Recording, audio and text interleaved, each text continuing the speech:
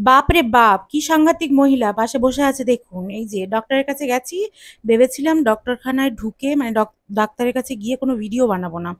কিন্তু বানাতে বাধ্য হলাম। তো নমস্কার সবাইকে, আমি রেণুকা। আজকে চলে এলাম একটা নতুন ভিডিও নিয়ে। সকালবেলা উঠেছি আর ভিডিও করতে মনে নেই বা ভিডিও করিনি কারণ আজকে খুব তাড়া। সকালবেলা উঠেই একদম স্নান-টান করে নিয়েছি। নিয়ে এখানে চললাম আমি কোমর বেঁধে রান্নাঘরে। রান্নাঘরে গিয়ে গোলঞ্চর জল অপেক্ষা করেছিল। তো গোলঞ্চর জলটা ভালো করে একটা গ্লাস আজকে ছিল না বাটিতে করে ঢেলে ২ বাটি ঢকঢক করে খেয়ে নিলাম। তার সাথে একটুখানি শুধু জল খেলাম। তো যাই হোক এই গোলঞ্চর জলটা এবার সকালবেলা করে রোজ খাচ্ছি। তার কারণ এতে নাকি সুগার খুব তাড়াতাড়ি কমে এবং মানে সুগারটা খুব নরমাল হয়ে যায় তাড়াতাড়ি। তো রোজ সকালবেলা করে ওই যে গোলঞ্চর জল খাই ১ গ্লাস করে।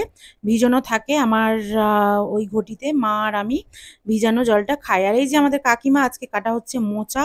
মোচা দিয়ে হবে মোচা ঘন্ট, আর হবে মাছ দিয়ে কাঁচকলা, পেঁপে দিয়ে কুলপো শাক দিয়ে ঝোল। আর এখানে মাছ মাখিয়ে নিয়েছি নুন হলুদ মাখিয়ে।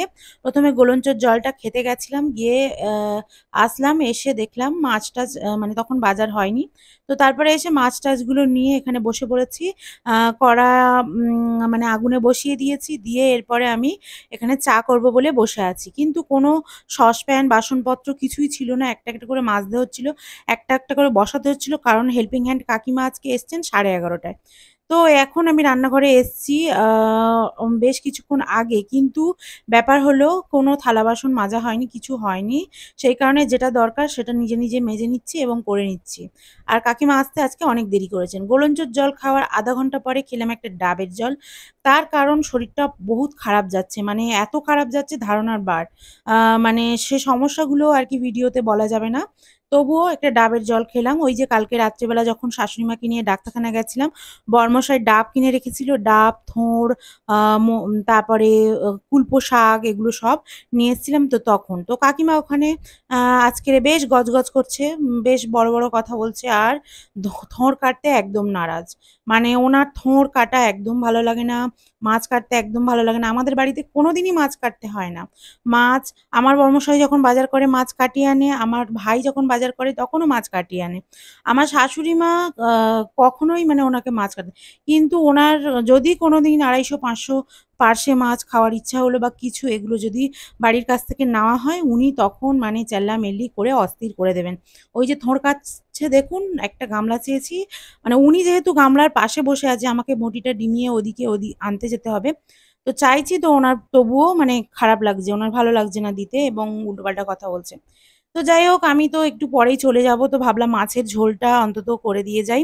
তাড়াতাড়ি করে মাছের ঝোল, একদিকে থোড় ভাজা এগুলো সব।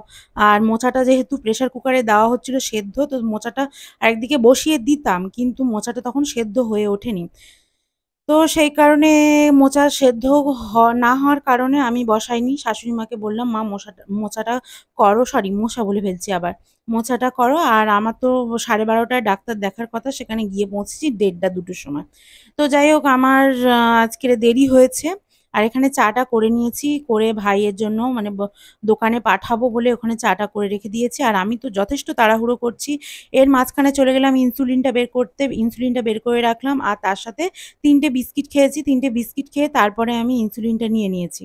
নেওয়ার পরে এখানে দেখুন মাছগুলোকে ভালো করে ভাজিয়ে নিয়েছি। নিয়ে তারপরে এদিকে আমি একদম কড়ায় বসে আর এই কড়ার অপেক্ষা করিনি। এই কড়াতে একেবারে ঝোল-টোল সব ফুটিয়ে নিয়েছি। কুলপো শাক, আ আ কাঁচকলা, পেঁপে, আলু সমস্ত সাঁতাল দিয়ে সিদ্ধ করে নিয়েছি। এবার মাছগুলো এতে দিয়ে দিচ্ছি। মানে আজকে একে যাকে বলে তাড়াতাড়ি রান্না সেরকম আরকি। সবকিছু করে নিয়ে এর মধ্যে মাছগুলো দিয়ে ঝোলটা ফোটাতে দিয়ে তো বলছিল সবাই তাড়াতাড়ি যাও, আর ফোন করছিল, গাড়িওয়ালাও চলে এসেছিল। তো সবাই আ হা ও ছিল। আর এখানে কিছু খাইনি। ওই ৩ টে বিস্কিট খেয়েছি। আর ইনসুলিন নিলে তো কিছুই খেতে পারব না। সেজন্য এখানে শাশুড়ি মা পেঁপে কেটেছিল। আর আমি গপ করে পেঁপেগুলোকে তাড়াতাড়ি করে খেয়ে নিলাম। নিয়ে এখানে বসে পড়লাম ইনসুলিন নিতে। দেখো ইনসুলিনটা হাতে নাড়াচাড়া করছি। তো ইনসুলিন নিয়ে তারপরে এখানে চলে এলাম। আ তো ঘরের মধ্যে এসে আমি তাড়াতাড়ি করে রেডি হতে যাবো, কারেন্ট নেই। তারপরে রেডি হলাম যা হোক করে অন্ধকারে রেডি হয়ে এখানে শাশুড়িমাকে বলে ঠাকুরঘর করে বেরিয়ে যাচ্ছি ডক্টরের কাছে। কেন যাচ্ছি ডক্টরের কাছে এটা তোমাদের কাছে বলা এখনো হয়নি। ওই যে তোমাদের ঐদিনকে দেখালাম না আমার মাথার সব চুল উঠে গেছে আর কিছু নেই দেখো। মানে সব একদম উঠে পাতলা হয়ে গেছে আর তার সাথে, সাথে অনেক সমস্যা হচ্ছে। সেই কারণে আমি ডক্টরের কাছে আজকে যাচ্ছি। আ এই যে দাদার অটো, এই দাদার অটোটাতে বলেছিলাম আর আমি মোড়ের মাথায় গিয়ে দাঁড়িয়েছিলাম। কারণ অটোটা যথেষ্ট আসতে দেরি হয়েছে। তার কারণ একটাই, দুপুরবেলা মানুষটা খাবে, তারপর অটো বের করবে, তারপর আমাকে নিয়ে যাবে। কিন্তু ব্যাপার হলো আমি তাড়া দিচ্ছিলাম বলে মানে উনি ঠিক মতন হয়তো দুপুরবেলা খাওয়া হয়নি, তাড়াতাড়ি করে চলে এসেছেন। তো যাই হোক, আমাদের তো টাইম বাই টাইম মানে হচ্ছে ১:৩০ দেখবে মানে ১:৩০ দেখবে।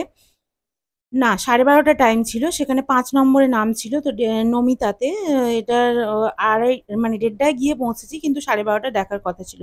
তো এই যে বালাইপুর ঢুকে পড়েছি। এটা হলো বাইপাস। বাইপাসের মধ্যে সবে প্রবেশ করছে অটোটা। তো আমার এই বাইপাসটা খুব ভালো লাগে। তো তোমাদেরকে যখনই আমি বাইপাসের থেকে অটো বা গাড়িতে করে যাই দেখানোর চেষ্টা করি। আর হ্যাঁ, এবারে দেখুন এই যে মহিলাটা আমার পাশে বসে আছেন, আমার হাসব্যান্ডকে আর আমাকে দেখতে পাচ্ছেন, তবুও জিজ্ঞেস করছেন যে, "ওটা তোমার হাসব্যান্ড? এত কি করে হলো? তোমাদের গায়ে এত মাংস কি করে এলো? এত মোটা কেন তোমরা?" আমি ভিডিওটা অন করতে বাধ্য হলাম। উনি এখন দেখুন উনার শরীরে তোমরা দেখে বলো, উনি কি মোটা নন? উনি কি মানে একদম স্লিম?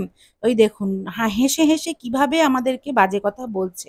তো আমি ভাবলাম হ্যাঁ, ভিডিওটা কি বলছিলে আরেকবার বলো। তো ভিডিওটা উনার মুখের ধারে ধরলাম এবং উনি যথেষ্ট আ সেই একই কথা বলছেন। আজকের ভিডিওটা এই পর্যন্ত। দেখা হবে নেক্সট ভিডিওতে। তবু এই কাকিমাকে একটু বলে রাখি, কাকিমা বয়স যথেষ্ট হয়েছে।